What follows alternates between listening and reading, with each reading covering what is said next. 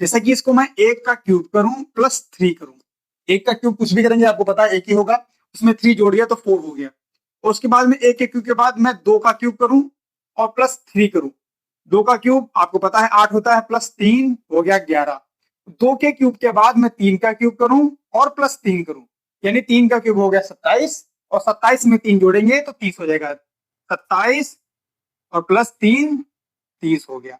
और आगे ऐसा ही 3 के बाद 4 का क्यूब, 4 के बाद 5 का क्यूब, 5 के बाद 6 का क्यूब, तो यहाँ पर 6 का क्यूब प्लस 3 करेंगे तो 6 36 छक्का 216, और 216 और 3 219 हमारा आंसर यहाँ पर हो जाएगा। आप देख सकते हैं यहाँ पर टी हुआ, यानी कि प्लस का कितना हो सकता है 2 इंक्रीमेंट, यानी इंक्रीज हुआ, 2 बढ़ा है। उसके बाद में ओ से क्यों, यानी 15 ओ की वैल्यू होती है, यहाँ पर हो गया 17, यानी कि 2 बढ़ा है। हर उसमें हमें लग रहा है 2 2 बढ़ रहा है। अगर ऐसा है तो बी में 2 बढ़ेगा तो ये 4 हो जाना चाहिए, डी हाँ यहाँ पर 4 है, यानी सही है। 15 2 17 फिर से 17 है, 20 2 22 फिर से 22 है, यानी कि हमारा 2 2 का इंक्रीमेशन हो रहा है, 2 2 हर संख्या में बढ़ रहा है। तो हम इसमें एल में 2 बढ़ाएंगे, 10 और 12 और 2 14, 14 पर क्या आता है एन, और उसके बाद में ओ के बाद ओ में 2 बढ़ाएंगे, 15 2 17, 17 यानी कि क्यों। और हाँ एक और मेथड, एक इसमें और लॉजिक है वो मैं बताना भूल गया, सॉरी। देख सकते हैं आप शुरुआत के 2 नंबर जो हैं वो बड़े हैं, बाकी 3 नंबर छोटे हैं। यहाँ पर भी मैंने शुरुआत के 2 नंबर बड़े किए हैं, बाकी के नंबर में छोटे करूंगा, इस पर आपको ध्यान देना है, मैं भूल गया बताना। देख सकते हैं शुरुआत के 2 नंबर छोटे बड़े हैं, बाकी सारे नंबर छोटे हैं, 2 नंबर बड़े हैं बाकी नंबर छोटे होंगे। तो यहाँ पर एल ओ, उसके बाद में जी, जी में 7 में 2 जोड़ेंगे, 7 की वैल्यू जी होती है, तो 7 में 2 जोड़ेंगे 9, यानी कि हो जाएंगे बराबर। तो तीसरा क्वेश्चन है हमारा ब्लड रिलेशन से, उसमें कह रहा है कि वह एक लड़के की तस्वीर की ओर इशारा करते हुए सुरेश ने कहा, यानी कि कोई तस्वीर होगी उसकी तरफ इशारा करते हुए सुरेश ने कहा, सुरेश ने क्या कहा, वह मेरी माँ के इकलौते बेटे का, वह मेरी माँ के इकलौते बेटे का, इकलौते बेटे का बेटा है। यानी कि सुरेश किसके बारे में बता रहा है, सुरेश किसके बारे में बता रहा है, वो अपने पिता के बारे में बता रहा है। जैसे कि यहाँ पर हमने सुरेश को रख लिया, सुरेश की माँ के इकलौते बेटे, समझ में आ रहा है, इकलौता बेटा कौन होगा, उसका बेटा, और उसके बेटे का बेटा, यानी कि वो उसका, वो स्वयं अपने पिता के बारे में बता रहा है। तो इसका आंसर हो जाएगा डी, उसमें ऑप्शन में दिया होगा ऑप्शन डी। उसके बाद में हम बढ़ते हैं क्वेश्चन नंबर 4 की तरफ। डायरेक्शन का सवाल है, डायरेक्शन का सवाल है डी वाला।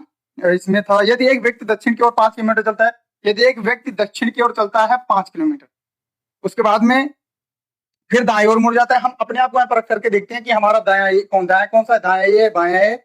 उसके बाद में कह रहा है कि 5 मीटर चलता है फिर दाएं ओर मुड़ता है, यानी कि इधर मुड़ता है, इस वाली तरफ, यानी कि इधर की तरफ मुड़ता है, दाएं ओर मुड़ता है, और 3 मीटर चलता है, यानी कि 3 मीटर चलता है, इतना छोटा रखेंगे। उस चलने के बाद वह बाईं ओर मुड़ता है। अब बाया हमारा ये हो गया, तो कहां मुड़ेगा, इसकी तरफ, ऊपर की तरफ बाया मुड़ता है, और 5 चलता है, यानी कि इसके बराबर चलता है, 5 चलता है। अब यहाँ पर पहुंच गया, यहाँ से स्टार्ट किया था ए बिंदु से, हम मान लेते हैं, और चलता है। वह अपने प्रारंभिक स्थान से किस दिशा में, तो हम यहाँ से, वो पूछा कि किस दिशा में, तो यहाँ से हमने लिखी खींच दी, यहाँ पर हो गया उत्तर, यहाँ पर हो गया दक्षिण, यहाँ पर हो गया पूरब, यहाँ पर हो गया पश्चिम, यानी अपनी प्रारंभिक दिशा से वो किस दिशा में, पश्चिम दिशा में। ठीक है, तो हमारा हो गया, इसमें पश्चिम दिशा होगी, पश्चिम है ए में। आपको पीपीटी जो लगाई है तुरंत में उसे आप देख सकते हैं। ये रहा क्वेश्चन नंबर 5, कथन एवं निष्कर्ष है। कथन हमारा पहला है सभी पेन मार्कर हैं, और सेकंड है कुछ मार्कर पेंसिल है, तो हम इसका डायग्राम बनाते हैं। सभी पेन मार्कर के अंदर आते हैं, यानी सभी पेन जो है वो किसके अंदर आते हैं, मार्कर के अंदर आते हैं। और कुछ मार्कर पेंसिल है, यानी कुछ मार्कर क्या है, पेंसिल है।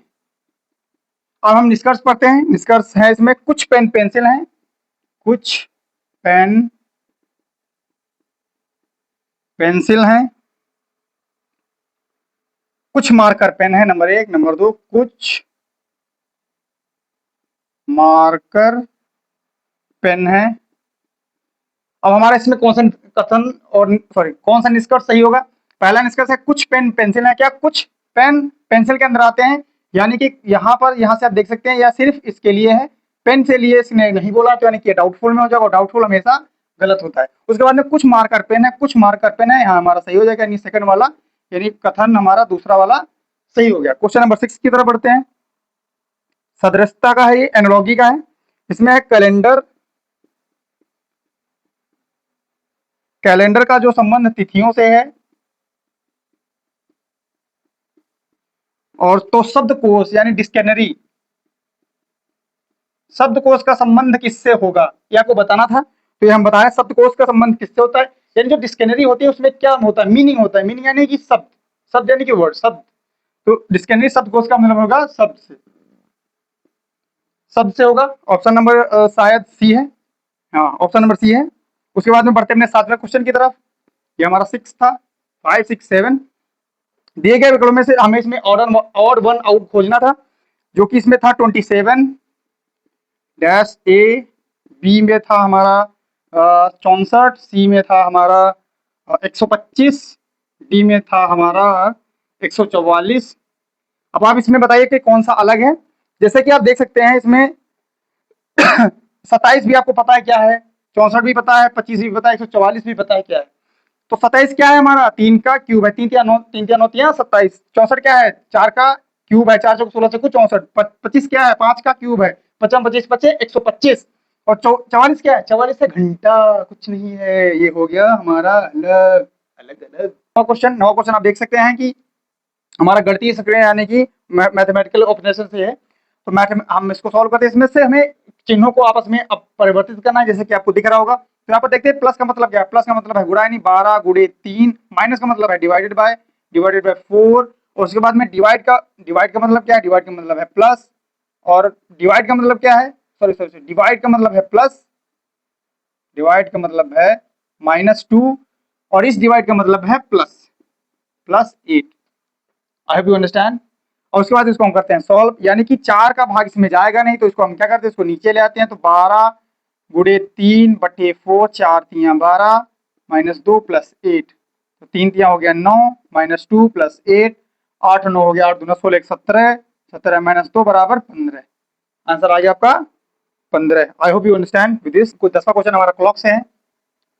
10वां क्वेश्चन क्लॉक से है। इसमें समय दिया है कि 3:30 हुआ, जब होगा तब मिनट और घड़ी के बीच सुइयों को एक कोड का जो होगा वो कितना होगा, कोड कितने का होगा। तो इसके लिए हमारे पास एक सूत्र होता है कि 30h - 11/2 यहाँ पर होता है मिनट, ये सूत्र होता है। तो इस पर हम रखते हैं 30, हमारे पास घंटे हैं 3 गुणे 3 -11/2 गुणे 30 मिनट हमारे पास है, 30 हमने रख दिया यहाँ पर। और इसको हम काट देते हैं, 15 हो गया यहाँ पर। 30 3 3 9 यानी 90 -11 = 15।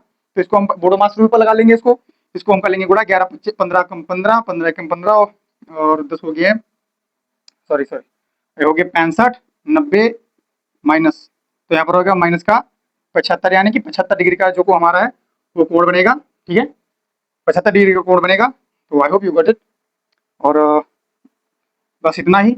अगर कोई गलती, कोई सुझाव, आपका कोई मैसेज हमारे लिए है तो कृपया कमेंट बॉक्स में जरूर बताएं, क्योंकि this is my beginning, so may I am making lots of mistake in writing and speaking, so please avoid it and I hope you enjoy this video. और इसी तरह के रैपिड फायर शोज आपको मिलते रहेंगे। अभी कुछ वीडियोस रिकॉर्डिंग में लंबी हो रही हैं क्योंकि ये इतना अभी अनुभव नहीं है, so that's why this is happening. Within 2 and 3 days, you will realize that this is the also our professional class. Okay, thank you. Take care. Good night.